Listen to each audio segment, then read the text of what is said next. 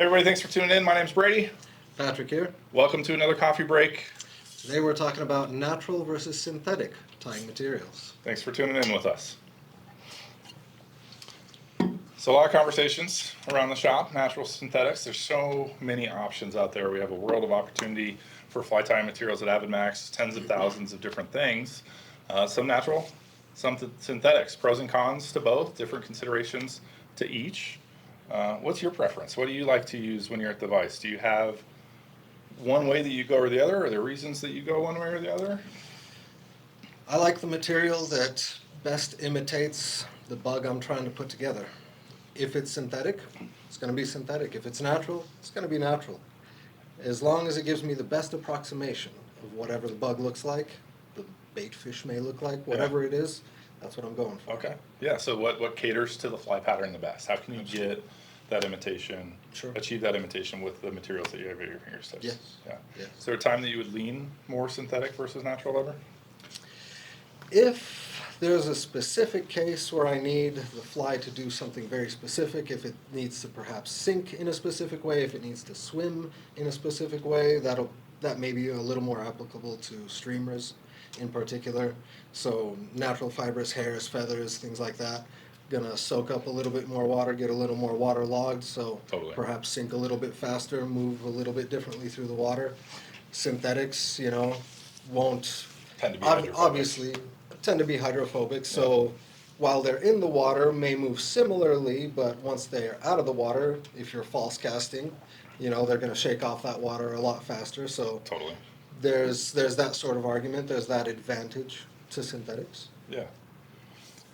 Lots of trade-offs, I think. Yeah, so you look at naturals, there's some really solid kind of magic materials that do some of kind of those similar things that you might see in synthetics, but kind of funneled in a little bit, right? Yeah. Peacock herl, the shimmer that you get naturally off of a peacock herl is just kind of awesome out of the box, and that's why the material, was thought to be utilized in that method. You bet. Today they can put UV colors and things into synthetics, and they can do it a whole world of ways compared to just saying, okay, here's your peacock herl, and that's what you got. You could dye it, right? That is an option that you have with natural materials, but you can do so much more with synthetic materials, and kind of take them wider. I found hare's ear, right? Just if you put hare's ear on a fly, probably going to catch a fish. Sure. Same thing with peacock. Same thing with pheasant, right? It's got an entire fly named after it. You bet.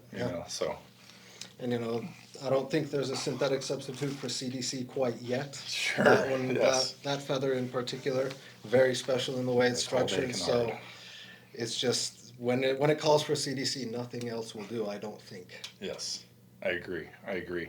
But less options overall. Just tend to be less options with natural materials. Of course. You can do a lot of different things with synthetics. One thing that kind of comes to mind for me, as I think about synthetics versus naturals, and I know there's different ways to look at this, is the environmental impact that you would have with a synthetic versus a natural. And you can look at it two different ways, right?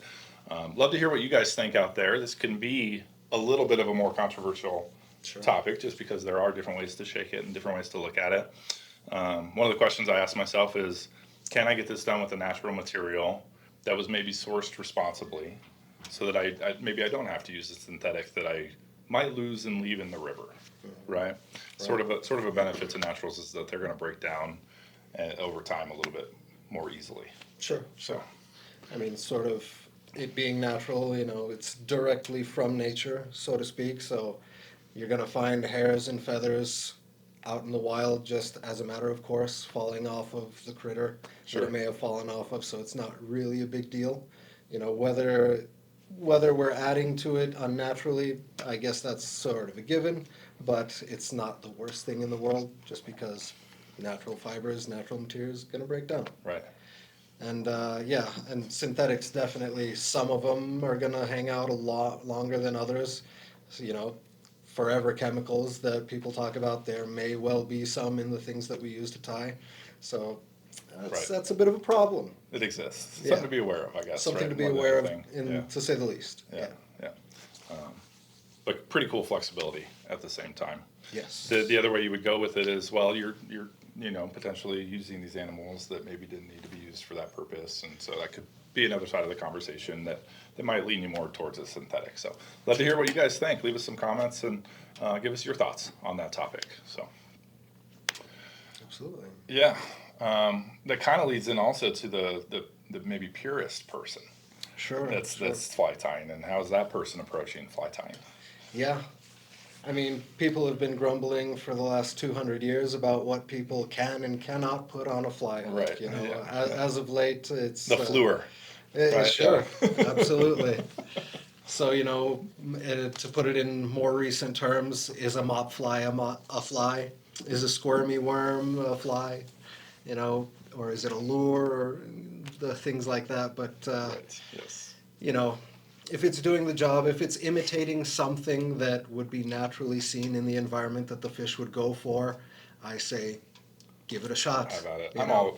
all about experimentation, right? We have people Sure. coming in the shop all the time, and they're like, "I got this recipe, and they told me how to do it, and this is how I do it," and definitely good reasons for that, right? There's so much history in fly tying. There's so much that's been learned over time that you can look at and learn from, but don't be afraid to experiment at the same time. I think it's good to understand a certain property to a fly tying material and why it might have been used. So cater to those decisions. You might Pat Dorsey's a great example with his glass bead, right? He puts a glass bead on it and he explains it very well why he does that. It's the gas bubble that's emerging off of that fly. Sure. There's the Utah killer bug that has that special yarn that traps air bubbles within the yarn, and that kind of makes that a very fishable fly. So where do you take that knowledge and apply it, and then where do you take that knowledge and then experiment and kind of run with it? Absolutely. And I mean, that's going to be up to you. Whether you want to really get a close approximation, whether you want to have some sort of special feature trapping the air in the fibers, anything like that. That's dealer's choice, I suppose, on that one, really. The beauty of fly tying, right, Yes. is that you can do that. So don't be afraid to do that. Just have some fun at the vise. That's what I say. Bob So, Ross and his happy little trees. there you go. It's your world. That's right. Happy little marabou. That's right. Happy, yes. That's good. So the naturals, and we were kind of talking naturals versus synthetics in regards to when you would use them, how you would use them, why they would be used, but then accessibility. Naturals can be hard to get. Some naturals are hard to get. Gamecock is a perfect example of a material that's just sort of impossible to obtain, and so they've gone to synthetic imitations of that to help fulfill that need, try and find something that's similar. Sure. And that's a pretty common practice right now. We see that a lot where you have a natural material and it's being converted into a synthetic option now. Yeah, absolutely. And I mean, there are some materials, if you buy yourself a very, very old book about fly tying from the days of yore, you'll see recipes that call for feathers that you cannot get because that animal is now extinct. It's, Unless exotic birds and Exactly, unless you go and break into the Tring Museum, look that up, This That's American happened. Life. Yep. Yes, I forgot about that. Yeah, that was interesting. Wow. Yeah, This American Life, Edwin Rist. Go check it out. Yeah. It's great stuff. But so there are going to be moments, there are going to be instances where it's impossible to replicate it piece for piece, material for material.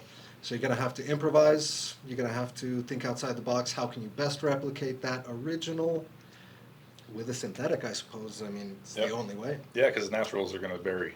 Sure. Right, you're not going to be able Absolutely. to find it's going to be much harder to find a natural that would be a comparable item than it would be to create a synthetic to achieve Yes, of course, yes. that. Yeah.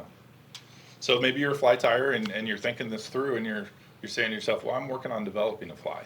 And so how do I go about considering this when I'm developing a fly? There's so much history out there in fly tying that it's all been done kind of thing. But there's opportunities to kind of think it through and look at things differently, and synthetics are really helping to cater to that because there is a whole world of stuff Yeah. that can be incorporated now. Yeah, and it's so much more than you can just find at your local fly shop over here at AvidMax, wherever it may be. I've heard whispers from certain fly manufacturers and just sort of fly pattern holders, if you will, that it's going to take a little bit more than just rearranging the traditional dubbing and wire and tinsel in different ways to really become a signature tire, if that's your aspiration. So you're going to really have to think outside the box. It's going to be more than what you can just find at your local shop, go to the craft store, look at every possible material you can and think, what does that resemble? How can that be used to perhaps resemble something in nature? Yeah. A bug, a fly, a worm, a grub, whatever it may be. A good example of that is the Kevin Durant. We have a fly pattern coming up from Kevin Durant, his cupboard ants. I don't think we posted it yet. Sorry, I'm walking I off don't the camera think so. I'm coming back. But he saw the opportunity to take these inserts, these matte inserts. This one's shaped a little bit differently than how he does his, I think. But by trimming these, he gets a nice ant profile. And so he saw this maybe sitting in a home goods store or at his house and was like, oh, I could chop that up and make it into an ant. Yeah. So just thinking outside of the, looking differently at what's out there with that creative mind to say, that would be a great chronometer, that would be a great BWO, or I could incorporate it as a wing bud kind of thing. So. And just like you showed in that case, it's a matter of being able to see the detail in a product or the bigger picture. Totally. So don't be limited by sort of the scale that you see in. Yeah. Look at it small, look at it big, look at it twisted, look at it wrapped, look at it in as many ways as you can. Yeah, and I think another thing that would reinforce that's kind of going on in the industry, somebody that I look at that I see as a very innovative tire for our age is Blaine Chocolate, the game changer, right? Just thinking to palmer that material closer together to get that shaping ability into a fly. I hadn't seen anything like it before, right? You were always selecting materials and tying in materials in a way that would help to create profiles and things like that, not creating a sculpting situation, right? Just a full sculpting situation for that fly. Yeah. So, which is pretty cool. And then without synthetics, I don't know what you would have done that with, right? Sure. So. And that's a great example of not letting yourself be discouraged if something doesn't happen instantly for you, if it doesn't just suddenly magically appear for you right in front of you on your vise. Listen to some of the interviews that Blaine's put out there. It took him years to come up with the game changer, and you look at it, and it's so obvious. It's just some chenille and some shanks, essentially. Yeah. What could be more simple? And listen to Blaine. It took him years to develop that thing. Iterations, certain shanks. It took him a while to develop the shanks just the way he wanted to get somebody to actually produce those shanks for him. Right, yeah. Then make the chenille that he wanted. So it takes time.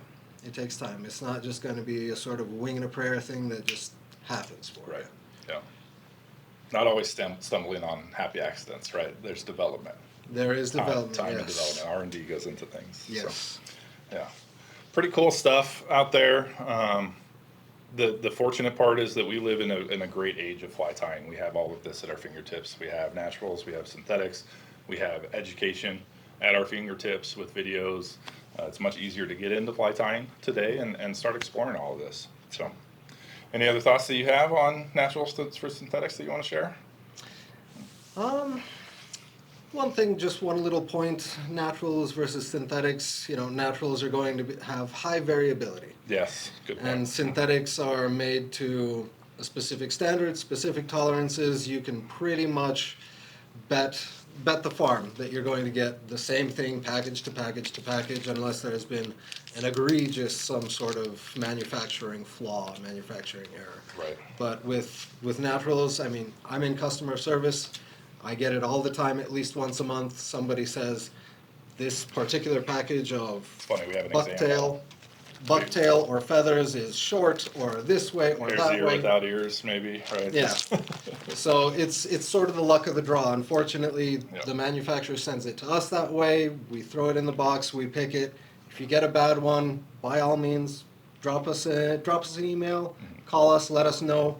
We're more than happy to exchange an incomplete product for a complete product. Absolutely. No problem. Yeah.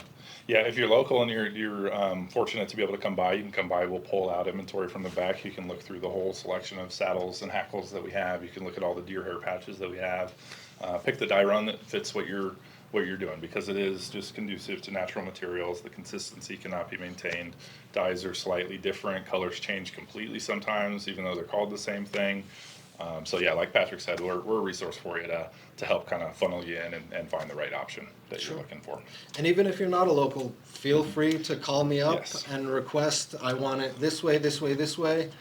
please send me the closest thing that meets all of these details and all of these parameters that I've outlined. I will go back to the bins, pull out every single one we have, get you the thing that is closest to what you requested. No problem. Yeah, we understand it's hard to, some things are hard to find online, so we want to help support you on that. And Absolutely. Patrick's great about, he's got the eye for it, as you've seen in videos, so. Sure. Yeah. Well, good stuff. Thanks everybody for tuning in today. Hope you enjoyed the video. Please Yes, leave indeed. us some comments. I think there's a lot to talk about here that can really continue on, for a long time to come if we're all engaging down there and going back and forth on stuff. So, Certainly. yeah. Yeah. All right. Well, thanks for joining me today, Patrick. Enjoyed the conversation. Thanks, AvidMax crew, for tuning in today. Have fun at the fly tying vise. See you on the water, friends. Tight lines.